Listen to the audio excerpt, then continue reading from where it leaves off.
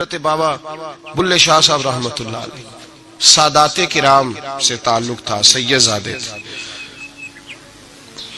سادات کرام کو اللہ یہ عزت دیتا ہے کہ پیدائشی طور پر بھی ان لوگوں کے پاس سند ہوتی ہے کہ ان کی عزت کرنا امت پہ ضروری ہے۔ تیری نسل پاک میں ہے بچہ بچہ نور کا، تو ہے نے نور تیرا سب گھرانہ نور کا، یہ ان کو فضیلت ہوتی ہے۔ بابا صاحب فرماتے میرے پاس فضیلت تھی، عظمت تھی، میں سید زادہ تھا اور گیلانی سید غوث اعظم کی اولاد، لیکن آپ فرماتے ہیں مجھے پتا تھا کہ اندر سے میں خالی ہوں۔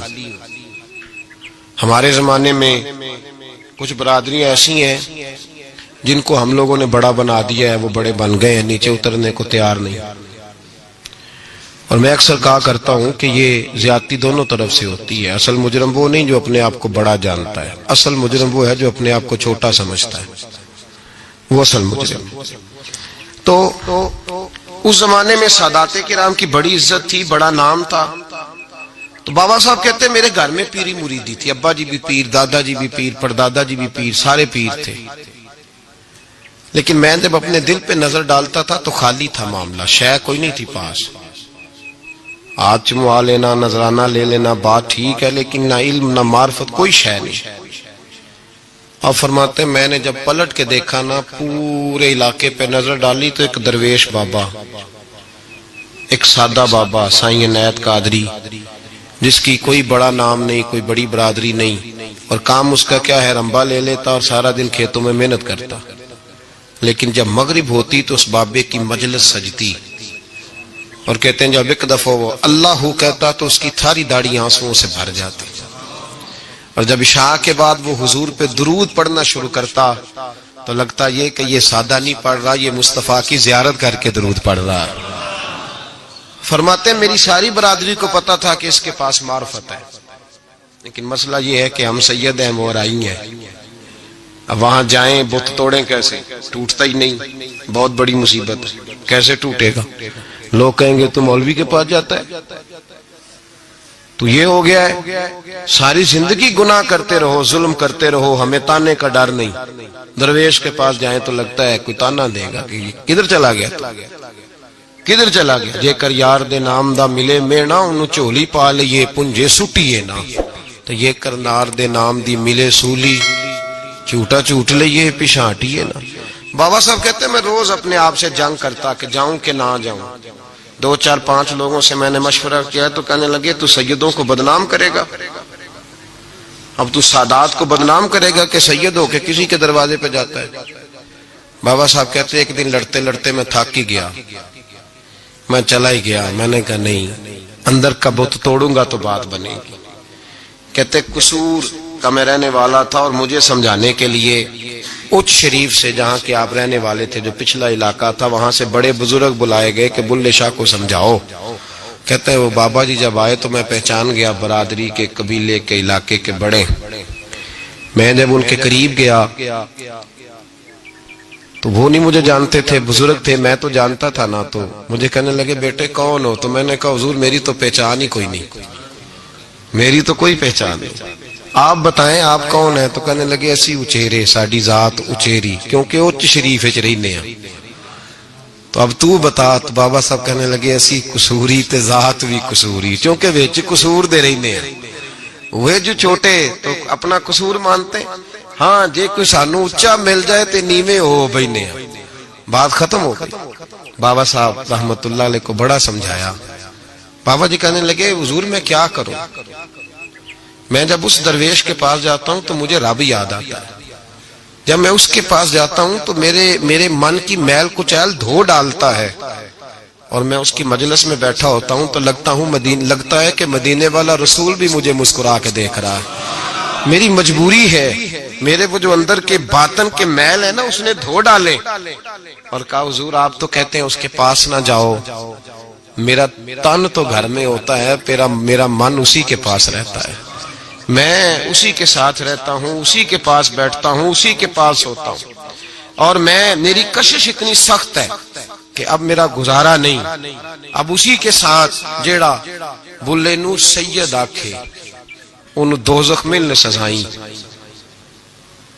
اب اس کی تشریح بڑے بڑے لوگوں نے اپنے اپنے رنگ میں کی ہے، کچھ نے کہا بابا جی نے بد دعا دی ہے، یہ بد دعا ہے، اگر کہا تو الجھ جاؤ گے، لیکن ہیں بھی وہ سید، جھوٹ بھی نہیں. کچھ کہتے ہیں بد دعا دی ہے اور کچھ کہتے ہیں انہوں نے اعلان کیا ہے کہ میں اللہ کا ولی ہوں.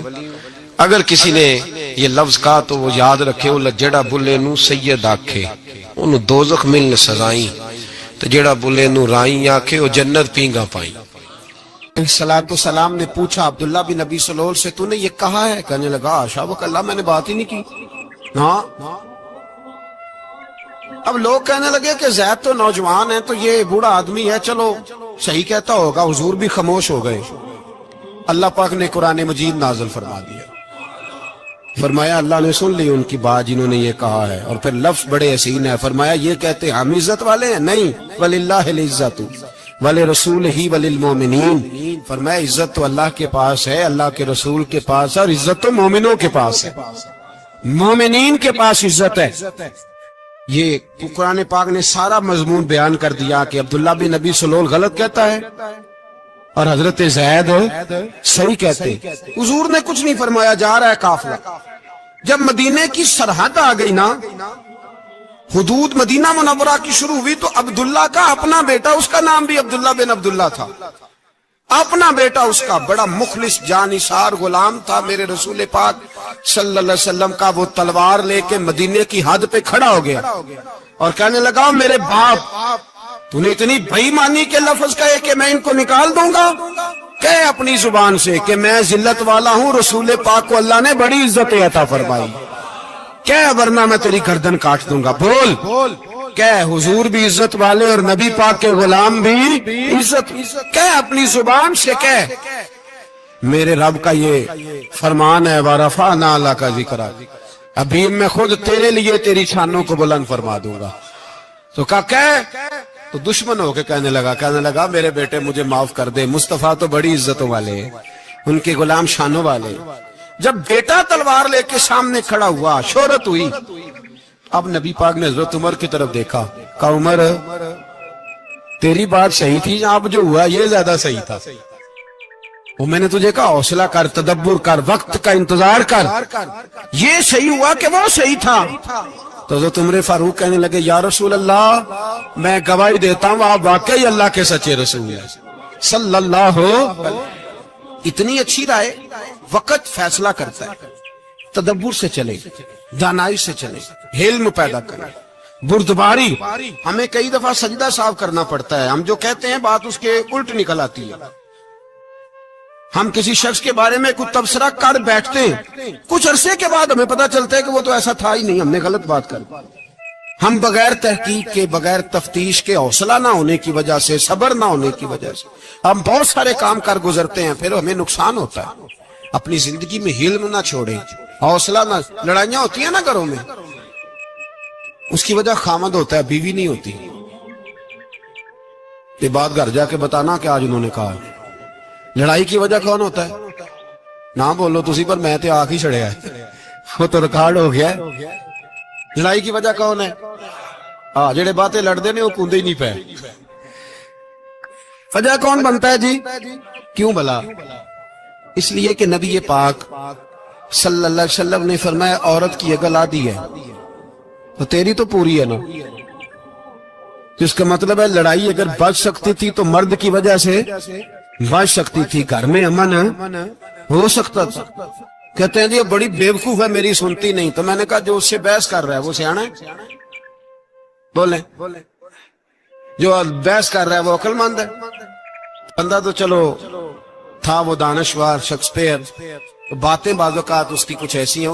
اس سے کسی نے پوچھا تھا عورتوں سے کون جیت سکتا ہے بحث میں، تو اس نے کہا تھا وہ جو ان سے بحث نہ کرے، جو ان سے بحث. تو بھائی تو وجہ اس لیے کہ حوصلہ تو تو نہیں کرنا تھا. نبی پاک علیہ السلام نے فرمایا بی بی ٹیڑھی لکڑی ہے، سیدھی کرنے کی کوشش کرو گے تو ٹوٹ جائے گی. سیدھی تو پھر کتنا بیوقوف ہے جو پتھر سے سر رگڑ رہا ہے، کتنا نادان ہے جو یہ حرکت کر رہا ہے، دریا میں چھلانگ لگا کے کہتا ہے ڈوبوں گا نہیں. تو بھائی حوصلہ پیدا کر، علم پیدا کر. بہت ساری ایسی باتیں کرے گی جس میں اشتعال آئے گا، فٹافٹ 3 لفظ طلاق کے دے دیے، اب بھاگا گیا مفتی صاحب کے پاس، او ہو 4 بچوں کا کیا بنے گا. اور یہ بات پکی ہے کہ بچوں کو صرف ان کی ماں ہی پال سکتی ہے، ان کی ماں۔ وہ بات مجھے نہیں بھولتی، ایک شخص نے بیوی کو طلاق دے کے دوسری شادی کی، اس کا بیٹا تھا 10 سال کا۔ اس نے اپنے بیٹے سے کہا کہ بیٹے بتا پرانی اماں صحیح تھی یا یہ صحیح ہے؟ اس نے کہا نہیں ابا وہ تو جھوٹ بڑے بولتی تھی، یہ صحیح ہے۔ وہ جھوٹی تھی، وہ جھوٹ بڑے بولتی تھی میری سگی اماں، یہ سچ بولتی ہے۔ اس نے کہا وہ کیسے؟ کہنے لگا اس لیے کہ میں کوئی شرارت کرتا تھا تو میری سگی اماں مجھے تھپڑ مارتی تھی اور کہتی تھی تجھے روٹی نہیں دے رہی، جا دوڑ جا گھر سے۔ تو میں دوڑ جاتا تھا تو جھوٹ بولتی تھی نہیں دینی، پھر آدھے گھنٹے کے بعد مجھے ڈھونڈنے لگ جاتی تھی، ڈھونڈ کے لاتی تھی، پھر میری منت کرتی تھی، پھر مجھے کہتی تھی نہ مجھے ستایا کر، پھر میرا ماتھا چومتی تھی، پھر میری مرضی کا کھانا بنا کے دیتی تھی، پھر میرے منہ میں لقمے ڈالتی تھی۔ جھوٹی تھی، پہلے کہتی ہے نہیں دینی، پھر پیچھے بھاگتی ہے۔ یہ سچی ہے، میں شرارت کرتا ہوں تو تھپڑ مار کے نکالتی ہے، پھر میں منتیں کرتا ہوں پر روٹی نہیں دیتی، پیر پکڑتا ہوں نہیں دیتی، سچ بولتی ہے، اپنی بات پہ ڈٹ جاتی ہے۔ او بھائی بچے اس کی ماں ہی پال سکتی ہے، تو نے 3 جملے کہتے سوچا ہی نہیں، تیرا کا گیا تو یہ تو نئی بیوی ملے گی، اور اس کا بھی کیا گیا، اس کو بھی شاید شوہر مل جائے۔ ان پھولوں کی پرورش صرف ان کا مالی کر سکتا ہے، دوسرا کر سکتا تو تو نے حوصلہ ہی نہیں کیا۔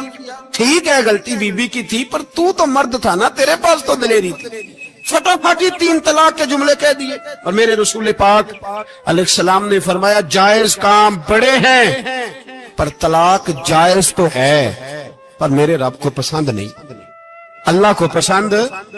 تو نے مالی بگا دیا جس نے تیرے گھر کا باغ سینچنا تھا۔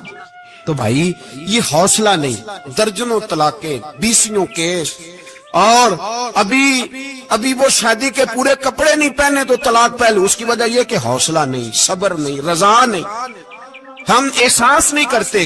اگر تو یہ سمجھ جائے کہ بس اللہ نے جو میرے لیے بہتر سمجھا مجھے دے دیا، صحیح ہے میری آزمائش ہے، کیا ہے کچھ ہے جو اس نے بہتر سمجھا مجھے اس نے، پھر تو سکھی ہو جائے، تیرے لیے جینا آسان ہو جائے، پھر تو بہت ساری پریشانیوں سے آزمائشوں سے دور ہو جائے۔ میرے نبی پاک علیہ السلام نے ہمیں حوصلہ کرنے کا حکم دیا، دلیری۔